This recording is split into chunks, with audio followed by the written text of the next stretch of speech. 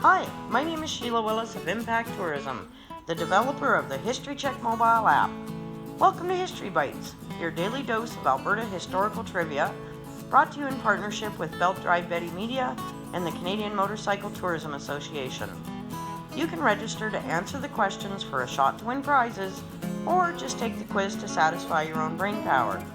Either way, we're excited to see how much of Alberta's history you really know. And yesterday's question was, C.D.A. Barber of Mirror Landing was A. a riverboat captain, B. related to the McDougalls, C. a father of five, or D. all of the above. And if you chose D, all of the above, you would be correct. Captain Charles Dufferin Allison Barber, or CDA, was a riverboat man who came to Alberta in the early 1900s. He was the son of Charles Arnold Barber, who was an architect who designed the second city hall for Winnipeg, which stood from 1886 to 1962. I was told that Barber Sr. and his wife were jailed for putting a rich businessman in a compromising position with Mrs. Barber, and then demanding a sum of money. Some people call that blackmail. This is about the time that CDA decided to follow the advice of his ancestor Horace Greeley and go west, young man, go west, most likely to get away from the family reputation.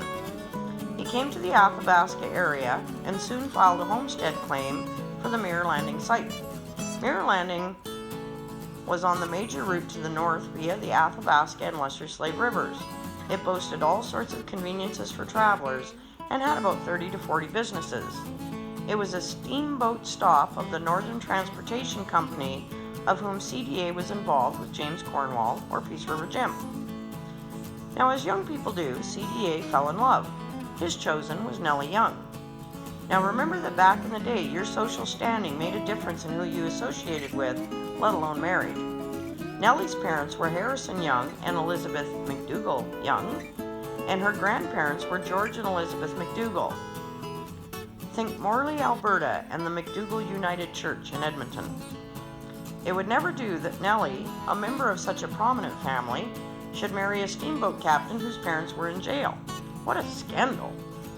According to family lore, Nellie was even whisked away to Europe for a period of time so she could get over CDA. It didn't work. They married and had 5 children. Their lives followed the fate of Mirror Landing that had an abrupt and harsh end when the railway came to the area, but that's another story. When Mirror Landing failed, CDA went to serve in World War I, leaving Nellie with 3 children. After he served, he came home to leave again for Duluth, Minnesota, finding work on the rivers there. Nellie was pregnant with twins. While in Duluth, CDA died of pneumonia. Within a few weeks, Nellie gave birth to the twins and died shortly after, some say of a broken heart. The twins also passed, and the other 3 children were raised by family members. So here I'd like to thank Linda Collier, the granddaughter of CDA and Nellie, for helping me put some of these pieces together.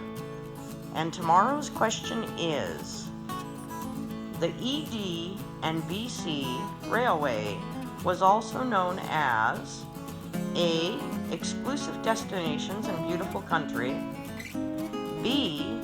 Everyday and Best Coaches, or C. Extremely Dangerous and Badly Constructed. Come back tomorrow for the answer and the story that goes along with it. Then we'll load you up with the next question. Enjoy!